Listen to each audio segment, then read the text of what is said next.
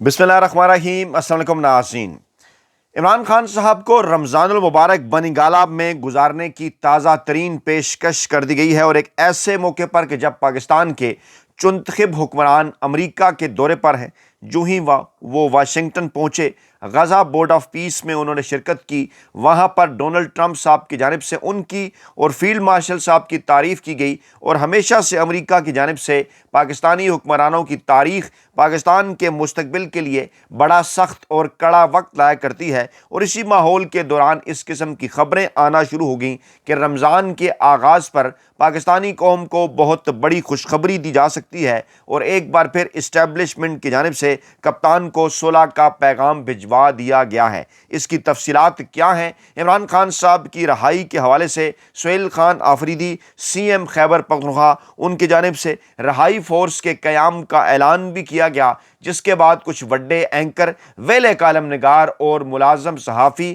دہائی فورس کا اعلان کرتے ہوئے نظر آئے۔ رانا ثناء اللہ صاحب کا سنسنی خیز اعتراف، اور اس کے بعد وہ اکاؤنٹس جو کہ پاکستانی اسٹیبلشمنٹ کے انتہائی قریب سمجھے جاتے ہیں، وہاں سے رانا ثناء اللہ صاحب پر چڑھائی، اور اس کے بعد پھر فیصل واؤڈا کا بھی بیان۔ یہ تمام تر چیزیں اس بات کی طرف اشارہ کرتی ہیں کہ ڈیفینیٹلی ایک بار پھر کچھ نہ کچھ ضرور پک رہا ہے، جس کی پردہ داری ہے۔ آخر کیا وجہ ہے کہ پمز اسپتال میں عمران خان صاحب کے معائنے سے لے کے آج تک تقریباً 1 ماہ گزر جانے کے باوجود بھی ابھی تک جو طوفان ہے وہ تھمنے کا نام ہی نہیں لے رہا، اور بار بار اس قسم کی خبریں روزانہ کی بنیادوں پر آ رہی ہیں کہ عمران خان صاحب کے ساتھ ڈیل کرنے کے لیے پاکستانی اسٹیبلشمنٹ بے چین ہے۔ اسی دوران مسلم لیگ نواز کی جانب سے آنے والے بیانات، اسی دوران آصف زرداری صاحب کی جانب سے آنے والے بیانات اس جانب اشارہ کر رہے ہیں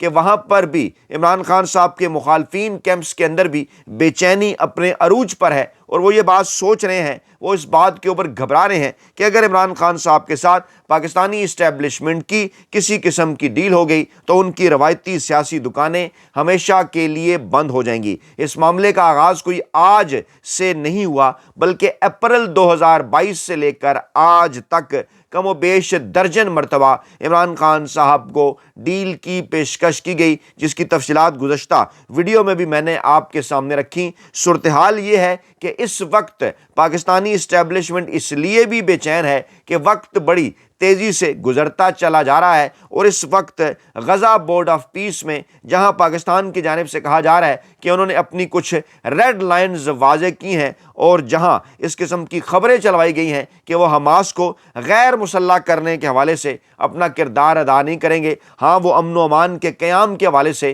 وہاں پر جو پاکستان کے فوجی دستے ہیں وہ اپنا کردار ادا کر سکتے ہیں، لیکن اسی دوران اس قسم کی خبریں بھی آ رہی ہیں کہ ڈونلڈ ٹرمپ صاحب کو انکار کرنا پاکستان کے اس ہائبرڈ رجیم کے لیے مشکل ہوگا، اور ایک بار پھر امریکہ کی جانب سے جب پاکستان کے اوپر دباؤ بڑھایا جائے گا تو پھر ذکر ہوگا عمران خان صاحب کا امریکی ایوان نمائندگان کے اندر، پھر ذکر ہوگا عمران خان صاحب کا کانگریس مین کے ان خطوط کے ذریعے جو کہ بار بار لکھے جا چکے، جس میں ڈونلڈ ٹرمپ امریکی صدر کو یہ کہا جا رہا ہے کہ پاکستان میں انسانی حقوق کی خلاف ورزیاں اپنے عروج پر ہیں، اور آپ جلد از جلد پاکستانی اسٹیبلشمنٹ کے حوالے سے پاکستان کے موجودہ جو ایک ناجائز رجیم ہے اس کے حوالے سے اقدامات اٹھائیں۔ دلچسپی سے خالی نہ ہوں گے کہ ٹرمپ کی میزبانی میں ہونے والے بورڈ آف پیس کے اجلاس میں جہاں شہباز شریف شامل تھے، وہاں پاکستان نے جب اپنی سرخ لکیریں واضح کی کہ ہم غزہ کی تعمیر نو اور مسئلہ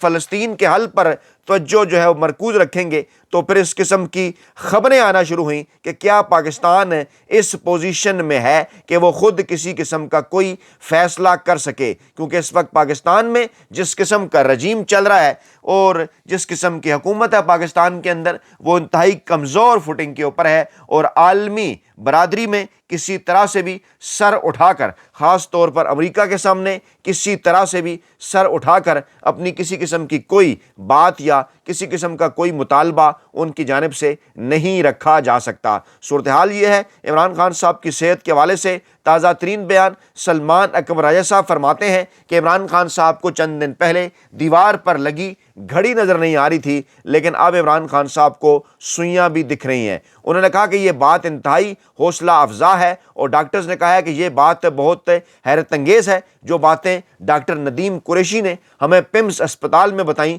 وہ حوصلہ افزا ہیں۔ انہوں نے کہا کہ ڈاکٹر ندیم قریشی کا نام ڈاکٹر عاصم یوسف نے دیا تھا، لیکن اس کے ساتھ ساتھ یہ کہا جا رہا ہے کہ جب تک عمران خان صاحب کی بہنیں، چاہے وہ علیمہ خان ہو، عظمیٰ ہو، نورین ہو، ان میں سے کسی ایک کو عمران خان صاحب سے ملاقات کی اجازت نہیں دی جاتی، ان کا کوئی پیغام پاکستانی عوام تک، پاکستان تحریک انصاف کے کارکنان تک نہیں پہنچتا، اس وقت تک پاکستان تحریک انصاف کی قیادت کے تمام تر بیانات کو شکوک کی نظر ہی سے دیکھا جائے گا۔ اور جب رانا ثناء اللہ صاحب نے یہ بیان دیا عمران خان صاحب کے حوالے سے، اس کے بعد اس قسم کی خبریں آنا شروع ہوئیں کہ شاید اب ماہرین کو عمران خان صاحب سے ملاقات کی اجازت مل جائے گی، ماہر ڈاکٹروں کو۔ لیکن عمران خان صاحب کی آنکھ کے معائنہ کے حوالے سے ماہر ڈاکٹروں کو ایک بار پھر اجازت نہ ملی۔ 3 ماہر امراض جو ریٹینا کے ہیں وہ نام تجویز کیے گئے تھے، جس میں شوکت خانم کے CMO ڈاکٹر عاصم یوسف صاحب نے یہ نام تجویز کیے تھے،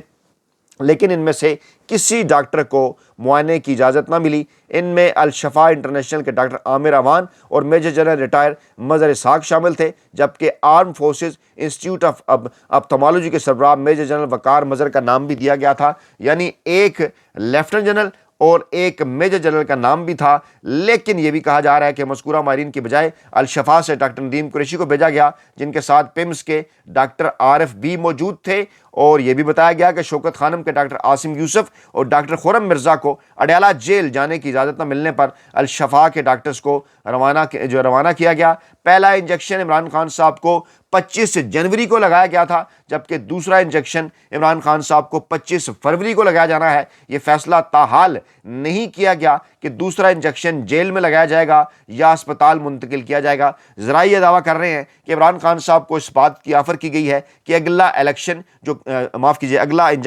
جو کہ 25 فروری کو لگنا ہے، اگر عمران خان صاحب کچھ شرائط کے اوپر ڈیل پر آمادہ ہوتے ہیں تو عمران خان صاحب کو بنی گالہ منتقل کر کے دوسرا انجیکشن 25 فروری کو انہیں بنی گالہ میں بھی لگایا جا سکتا ہے۔ سلمان اکرم راجہ نے کہا کہ ڈاکٹر ندیم قریشی کا نام ڈاکٹر عاصم یوسف نے پاکستان تحریک انصاف سے پوچھ کر دیا، اور اس وقت عمران خان صاحب کی صحت کے حوالے سے جو صورتحال ہے وہ حوصلہ افزا ہے۔ اسی دوران پاکستانی اسٹیبلشمنٹ کے انتہائی قریب سمجھے جانے والے فیصل ووڈا صاحب ایک مرتبہ پھر ان کی لانچنگ، ایک مرتبہ پھر وہ اچانک منظر عام پر آئے۔ موصوف فرماتے ہیں کہ رانا صاحب ہوا میں سیاسی تیر نہ چلائیں، سیاسی باریک وارداتیں اب پرانی ہو گئی ہیں، ایسا کہتے ہیں فیصل ووڈا صاحب۔ انہوں نے کہا کہ جناب رانا ثناء اللہ کے بقول عمران خان صاحب کو 2 دفعہ ڈیل آفر کی گئی، اور پہلے وہ یہ بتائیں کب، کہاں اور کیسے یہ ڈیل آفر کی گئی۔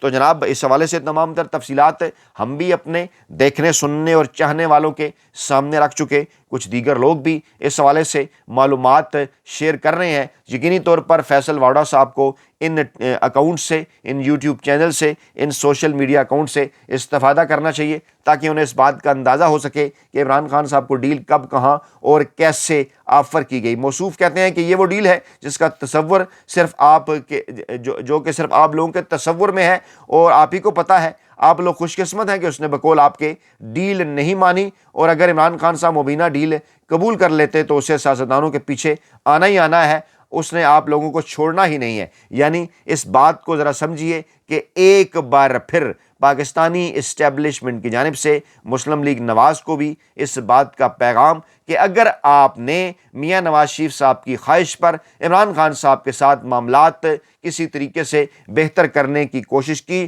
تو عمران خان جب باہر آئیں گے آپ میں سے کسی کو بھی نہیں چھوڑیں گے۔ اور یہ بات صرف مجھے نہیں، ہر کسی کو اس بات کا پتہ ہے کہ بانی کسی اور کے پیچھے نہیں جائے گا، نہ جا سکتا ہے، نہ کسی اور میں اس بات کی ہمت ہے۔ کیا مطلب ہے ان کی اس بات کا؟ ہوا میں تیر وہ کیوں چلا رہے ہیں؟ اس وقت وہ پاکستانی عوام کے اندر ایک کنفیوژن پیدا کرنا چاہتے ہیں، ایک ایسے ماحول کے اوپر کہ جب عمران خان صاحب کی جانب سے اپنی بہنوں کے ذریعے پاکستانی قوم کو یہ پیغام بار بار دیا جا رہا ہے کہ اسٹیبلشمنٹ کے تمام تر دباؤ کے باوجود وہ کسی قسم کی کوئی ڈیل، ان کی کسی قسم کی کوئی شرائط ماننے کو ہرگز تیار نہیں ہے۔ اس وقت پاکستان میں سیاسی معاملات پر انتہائی گہری نظر رکھنے والے جتنے بھی سیاسی تجزیہ نگار ہیں، چاہے وہ زیغم خان صاحب ہیں، چاہے وہ اسٹیبلشمنٹ کے قریب سمجھے جانے والے سہیل وڑائچ ہیں، یا پھر وکٹ کے دونوں طرف کھیلنے والے حامد میر صاحب ہیں، ہر جانب سے اس قسم کے اعترافات سامنے آ رہے ہیں کہ ان کی معلومات کے مطابق، ان کی انفارمیشن کے مطابق عمران خان صاحب کو بالکل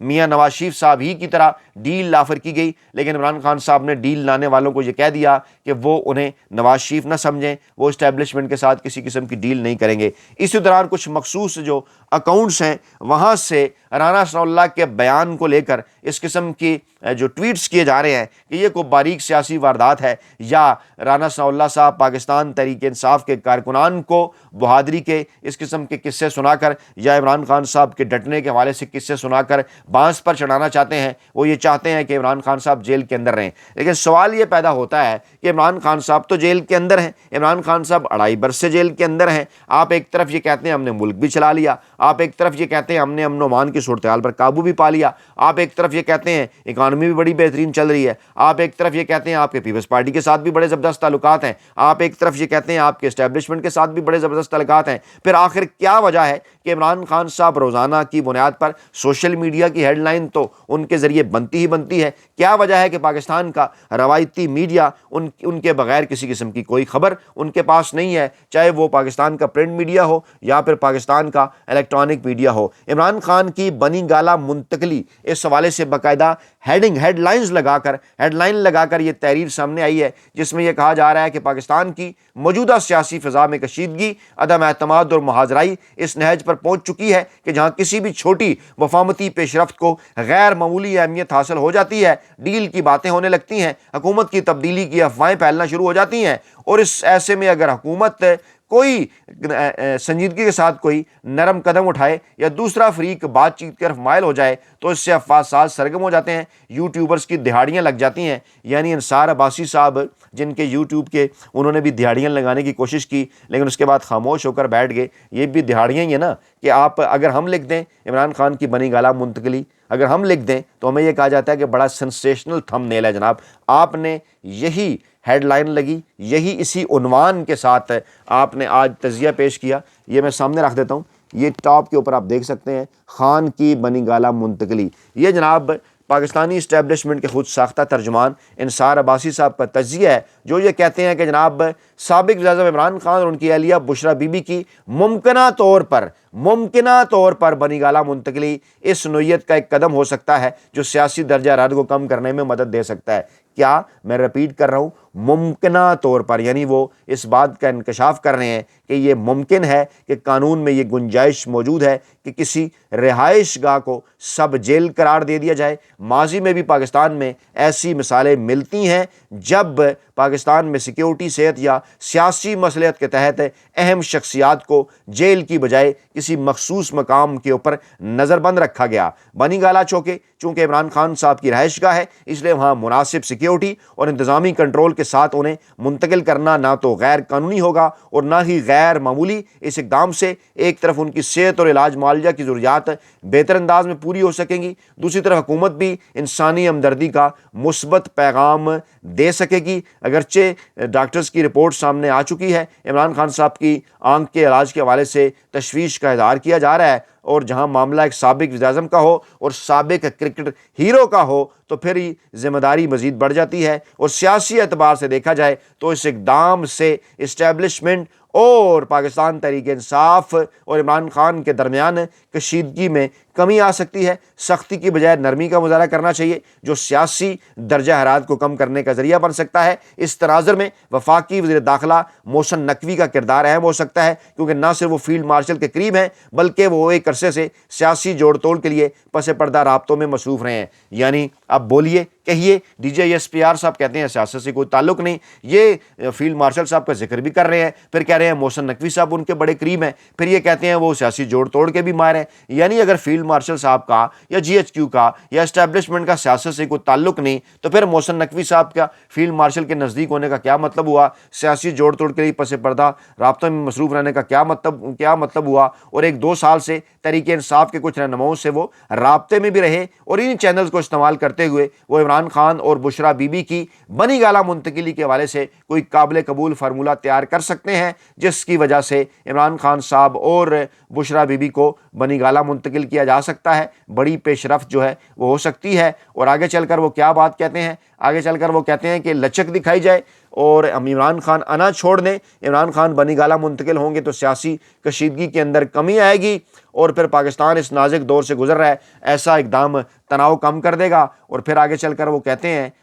وہ کہتے ہیں کہ بدقسمتی سے سب سے بڑی رکاوٹ عمران خان ہے، اور اگر عمران خان منتقل ہونے کو تیار ہو گئے تو قومی مفاہمت کے سفر کا آغاز ہو سکتا ہے۔ بڑا اعتراف ایک بار پھر کہ عمران خان صاحب ڈیل کرنے کو تیار نہیں ہے، ایک اور پیشکش دیے جانے کے باوجود۔ اپنا بہت خیال رکھے گا، دعاؤں میں یاد رکھے گا۔ نئی ویڈیو کے ساتھ جلد حاضر ہوں گے۔ اللہ نگہبان۔